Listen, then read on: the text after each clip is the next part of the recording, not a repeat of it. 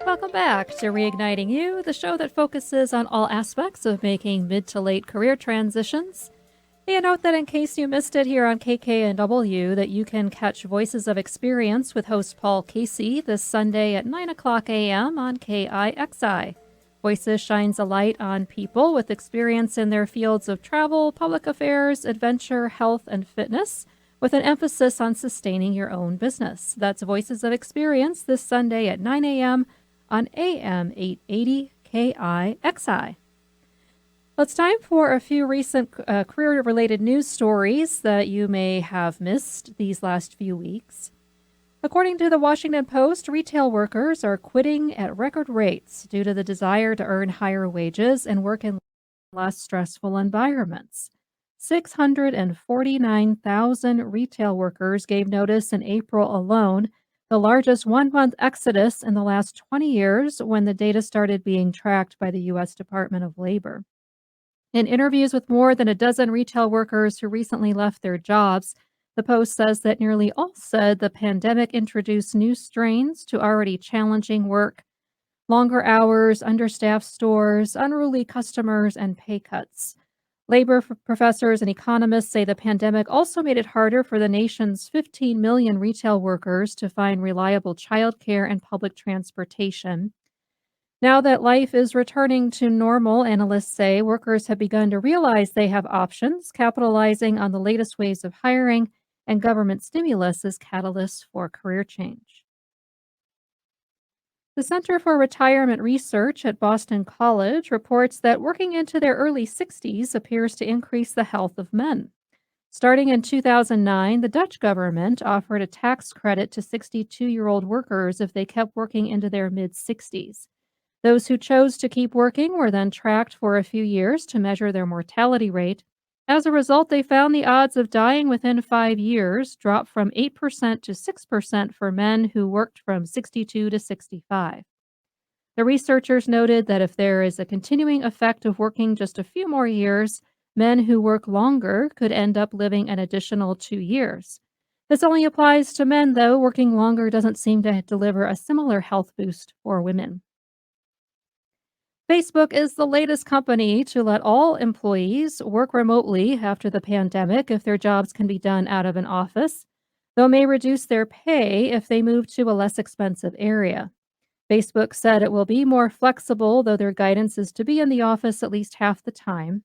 The company also plans to open most of its U.S. offices to at least 50% capacity by early September and reopen fully in October. Until the end of 2021, employees can work as many as 20 business days from another location away from their home area. Employees have been able to work remotely since offices were closed at the beginning of the pandemic last year. Unfortunately, virtual work has not led to a decrease in workplace harassment as was once predicted. Instead, the blurred lines between home and work this past year, along with the informality of communication, has had an opposite effect in some cases. According to a Deloitte survey, Women at Work, a global outlook, 52% of women have experienced some form of harassment or microaggression in the past year, ranging from the belief that their judgment is being questioned because they are women, to disparaging remarks about their physical appearance, communication style, race, sexual orientation, or caregiving status. Another report from Project Include, a nonprofit organization that aims to accelerate diversity and inclusion in technology, found that 25% of respondents experienced an increase in gender based harassment during the pandemic. About 10% experienced an increase in race and ethnicity based hostility. And 23% of respondents who were 50 years and older experienced increased age based harassment or hostility. Lastly, we now have a new phrase in the pandemic lexicon: the Great Resignation, as up to 40% of workers are reportedly contemplating quitting their jobs. This is due to a number of trends, according to Axios, including the desire for more flexibility and work life balance, employment volatility in specific industries, and other workplace conditions that are no longer wanted, such as commuting to and working from an office again, or finding that their workplaces are all remote, so the connection with colleagues has been lost. That said, there are 9.3 million open jobs in the US alone, and with unemployment insurance, employees may not be desperate to take the first job that comes along, increasing the chances they'll stay longer. So, Eric, a lot of interesting stuff out there in employment, career related news. So, what are Yeah. your thoughts on these stories today? Well, I'm glad you ended it on something hopeful Yeah. after some stories that are a little bit depressing, to Yeah. be honest. It's amazing that we can still find ways to harass each other, Right. Yeah. when we're not even in the Yeah. same room. But yeah, where there's a will, there's a way, There's I a guess. way. Yeah. But yeah, so that's not great, but overall, it seems like the economy is on the move and things are improving, and seems like some wages may be going up even. So Yeah. I think Hopefully there's so. some positive stuff happening. Yeah. I think it is, gonna be really fascinating to see, how things do shake out with the job market over the next few months. By this time next year, it'll be really interesting to see what happens because, yeah, if so many people flee, their current Yeah, jobs, there's no guarantee there might be something better for them that's that's true. available on the other side. So while, and I work with folks all the time who have, contemplating job change and doing something different. And the pandemic has afforded a great opportunity for people to really do some assessing in terms of what life is like and what they'll tolerate anymore and what they won't. And at the same Absolutely. time, it's like, Or what okay, they think they'll what they think tolerate. they'll tolerate. We'll see after a year or Yeah, so if they yeah, haven't got that new right. dream job that they think that they're gonna get, and Yeah, that I hope that, I feel like everybody deserves to be happy in their work, so I hope absolutely. that's the case for, most people, but unfortunately, as history has shown, that's not always the case. Yeah, yeah. So part of it is, yeah, what's available, and what are you qualified for? And then, how much of a gap is there between those things, right? So Right. what employers are looking for, as well as, what skill set strengths do you bring? And are there skills and education gaps that you may need to fill, especially if you're looking to do a pretty drastic industry shift? Well, and I hope we start valuing lower skilled jobs more, Yeah, because regardless of whether you think somebody's worth that amount of money because they didn't, spend whatever 10 years in college, it still needs done, it does. Yeah. So start paying people, so that they can live. It seems like Yep. Yeah, that it's would be best. yeah, I would think. It's so funny because I'll scan, job listings pretty frequently just to keep up on what's out there and for clients and things. And it's just interesting to, you see a lot of these job listings, especially with a lot of the high tech companies or startups, and they want all these qualifications that they list. And then they'll say, 1 to 5 years of experience. Hmm. So it's like, okay, so how are you going to get all of that with someone who's got such a short frame of experience, which Right. basically translates to we don't want, older people who might be more expensive or, we would have to train more, something like Right. that. But yeah, it's just interesting. It's like, okay, well, good luck finding that then. Yeah, Yeah. exactly. Exactly. That always surprises me, the amount of experience that folks want, but, how do people get that experience Yeah. if they can't start in a field Right. until they have experience? Yeah. It's a catch-22 Catch often. 22. Yeah, Yeah. often. Yeah. But it'll be interesting to see what happens. That's for sure. And thanks for that. And it's time already for our next break. So when we come back, I'll share some listener job stories with a few tips and preview what's coming up next week.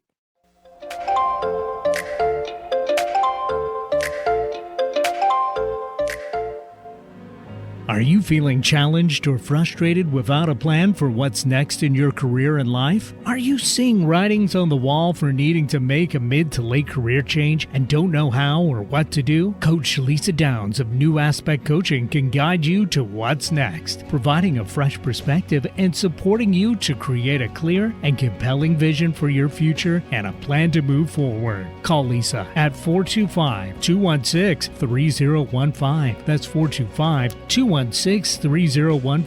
New Aspect Coaching, fresh perspectives for your career. This is Rob Bass, and I want you to tune in to Don't Ask Me to Talk with Stacey Heller, the show that brings joy from pain, sunshine where it rains. Don't Ask Me to Talk with Stacey Heller. And that's coming from me, Mr. It Takes Two, Rob Bass. Tune in. Do what Rob Bass says. Take a listen to Don't Ask Me to Talk with Stacey Heller. That's me, Tuesdays from 3 to 4 on KKNW. To find out more information, check out my website, staceyconnects.com, or text DAMTT to 55678. Hello, I'm Nathan Mum. Join me and Mike Roday as we host a weekly technology show that talks about technology for the everyday common person. We are a live radio program that airs Saturday from 4 to 5 p.m. on YouTube, Facebook, and Twitch. If you go to facebook.com/TechTime Radio, youtube.com/TechTime Radio, or twitch.tv/TechTime Radio, you can catch us live Saturdays from 4 to 5 p.m. You can find us at all podcast services online, from Apple to Google and everything in between. Have a career transition related question or want to share your best or worst job story? Call 360-436-6496. That's 360-436-6496. Just leave a voicemail and we'll answer your question or share your story on a future show. Stay tuned for more Reigniting You with Lisa Downs.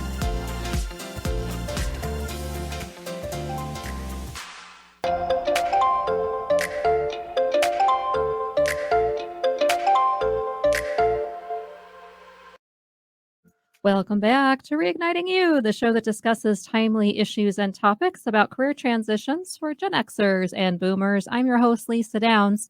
A reminder that if you'd like to get in touch, just head on over to my website, yournewaspect.com.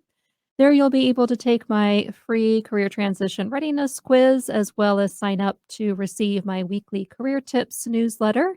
And if you go to services and group programs, you can also catch free webinars that are available that I'm offering this summer, as well as a free e-guide all about making encore career transitions. So that's yournewaspect.com, where you can find resources and get in touch. We're continuing our episode that's focused on listeners' best, worst, or first job and career stories, a regular feature of the show, the fourth week of each month. I'm here with our producer, Eric. So, Eric, what's the longest you've stayed with an employer throughout your career? Well, it would have to be this position. Yeah. It's because I've been here 21 years now. Wow. So, yeah. Very cool. And that far outweighs any further careers, any further jobs that I've had, because I would have had to start at age 1 to have a longer job than this. Well, I think you and I are opposites in that regard. So my longest staying anywhere has been 4 years. And that's when I taught high school way back when. So 4 years at the same school teaching. And then you graduated? And then, I wish. And then got into adult learning and training and that sort of thing. So, but my husband, he's had longer tenures than me. So I think, once he started his professional career, graduated from college, I think he's only on about his fourth employer. Mm-hmm. So I always say he's much more stable than I am. Now, I'm interested in this because if 4 years was the longest, is it that you get bored with career, jobs that you have, or is it that those jobs just didn't treat you right? Yeah, it was kind of a combination. So, the high school I left after 4 years, that was because we moved out here from the Midwest. So that precipitated that. But when I was working internally in corporate America and professional services, some were that I would get bored because the roles were very limited and I would, build programming out, launch things, pilot things, teach stuff, which was Mhm. fun. And then when it got to maintenance mode, then I'd get bored and I'd ask, what's next? And often would not get a good answer. And it's like, well, I don't let grass grow under my feet. I'll just say, Yeah. so, I would get bored a lot of the time and need to find something new. And I like creating things. Mhm. And so that's why it's best for me to be in the consulting world where I can work with different clients, whether it's coaching or working with businesses on different types of projects, for their employees. Right. And then other times I was kind of sold a bill of goods in terms of a job description, looked great on paper, Mhm. went through an interview process, like the people, good organization, then got into the role and then, learned that there was really nothing behind the job description except some, busy work. And it was like, "Well, this isn't gonna Just this not isn't gonna gonna cut it. fly. Not gonna Right. cut it."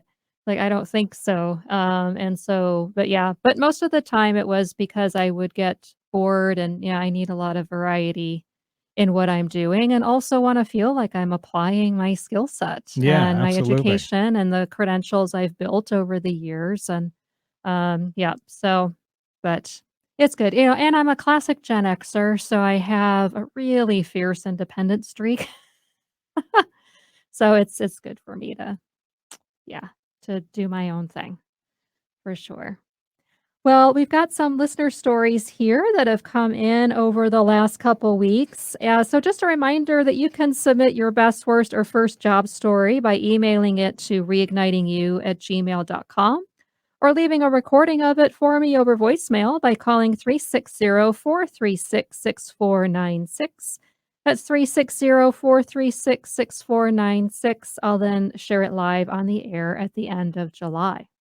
Our first story is from Kelly in Linwood, who shares that his worst job was as a promotional arrow holder. I know what those folks do at intersections trying to get people to check out a new housing development. He says that not only was it tough being on his feet for the whole shift without much of a break, he got honked and gestured at a lot, yeah, I bet, and was pretty miserable, especially in really hot or cold weather.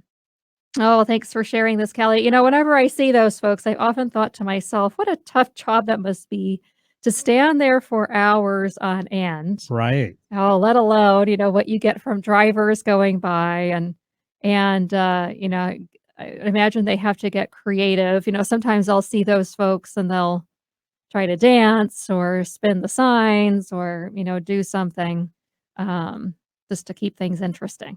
It's definitely not a job for everybody, that's for No, that sure, is but for sure. I see some guys that and gals that look like they're having some fun with it, so Yeah. I hope the majority of those folks Right. are having fun with it, but I could totally see his points for sure Yeah. about, being exhausted, being on your feet, being out Oh, in the yeah, heat, for yeah. sure. That's tough. That's tough. But gotta find what you can do in terms of fun and to keep you motivated to stick with that, that's for sure. Next is a first job story from Barb in SeaTac, who shares that it was working as a cashier at a family restaurant. She shares that she enjoyed working at the front of the restaurant and chatting with customers as they were leaving. She was also a hostess to greet them sometimes, and she and a coworker would trade off those roles since both of them were needed when it got busy. She adds that most people were great, though it was frustrating when people would walk in right at closing time. Yep, thanks, Barb. Sounds like a good situation overall, and I get that. I think it was an 8-week stint once as a restaurant hostess when I was in school, and, I had to close and then get up for 8 o'clock classes the next morning, and so that wasn't really great, but yeah, I hear ya. But it sounds like a good, fun first job overall and that you enjoyed the people, and gained some good skills there too, so that's excellent. And our best job story today comes from Joan in North Bend, who shares that it was when she worked as a high school guidance counselor. She retired from that job a few years ago, and she misses interacting with the students. She says that though it involved a lot of chasing them down to complete college and financial aid applications, that she enjoyed helping the students figure out what they were going to do next and providing them with resources. She's now Facebook friends with a few of them and enjoys seeing their posts about their lives now that they're having careers and families of their own. Well, thanks for that, Joan, and, that's awesome. So, it sounds like you really enjoyed that career and yeah, I'm Facebook friends too with a few of my former students from when I taught high school, so that's kind of fun. Makes me feel old though, just to see them with their families grown up and their careers, but that's excellent, and, um, I think with that type of work where it's so, um, fun, to interact with the different students that come through and to really support them and assist them, provide them with that. That's such important and great work. So thank you so much for sharing that. What stands out to you, Eric, about these stories? Well, yeah, I mean, I think that anybody that works into education must do it for the love Yeah. because certainly, they're not making huge amounts of money, but it sounds like it's very rewarding in other ways for sure, which I think is great. And, yeah, this, other, story about the restaurant, Yeah. working, I absolutely can relate to because I certainly put in my time at family restaurants, before I got into radio, and, Yeah. I was working, overnights, at a radio station and then working in the mornings Monday through Friday Oh, at a wow. restaurant That's for a brutal. while. Yeah, so 7 days a week and kind of opposite schedules was pretty tough. So I totally sympathize with Barb what she was going through because Yeah. I was certainly going through that too. Yeah. For sure. You You gotta got to do what you got gotta to do do. what you gotta do, That's right? right. Absolutely, yeah, and, we take lessons from all of that and all of our roles and what we've done over the years, so important thing is that you take, the lessons away, that you can apply to other situations and to your life and have great memories too to reflect on and enjoy as you continue to go through life. So thanks, Eric, for that. And thank you, Kelly, Barb, and Joan, for sharing your stories for our listeners about your prior jobs. Remember that if you'd like to submit your best, worst, or first job story, or have a career transition question, you can send it to reignitingyou@gmail.com or call 360-436-6496 to share it over audio. You can use a pseudonym. You don't have to use your real first name, but name and location would be great. That number again is 360-436-6496. And it's time for today's reignition recommendation, your weekly career transition tip, regardless of your age. And that's to use these warm days of summer to choose a new activity to keep your body and mind sharp so you have energy for what comes next. So get outside as much as you can. Enjoy the warm weather wherever you live and choose something new to do. So, if you've gotten in a rut in terms of exercise or outdoor activities, what's a new activity you can try? A new way to exercise, boost that energy, keep your oxygen flowing, and your brain engaged. So, encourage you to choose something new and implement it and see what happens over these next few months. And a reminder that if you'd like to get in touch, you can head on over to yournewaspect.com. That's my website where you can sign up for weekly career tips as well as take my free career transition readiness quiz. And if you go to services and group programs, you can register for my upcoming free webinars all about Encore careers, as well as download my free e-guide. That's yournewaspect.com. Well, thanks, Eric, for your participation and support today. Hope you enjoyed the news and stories from our listeners. Absolutely. Always great to hear from the Yeah, listeners. it's great. Keep those stories coming and send in your questions as well. And join us next Wednesday at 3 o'clock when my guests will be Jeanette Lalonde and Mary Morency, who will be here to talk about positivity and resilience in making career and retirement transitions. Thanks for listening, everybody, and we'll talk to you next week on Reigniting You.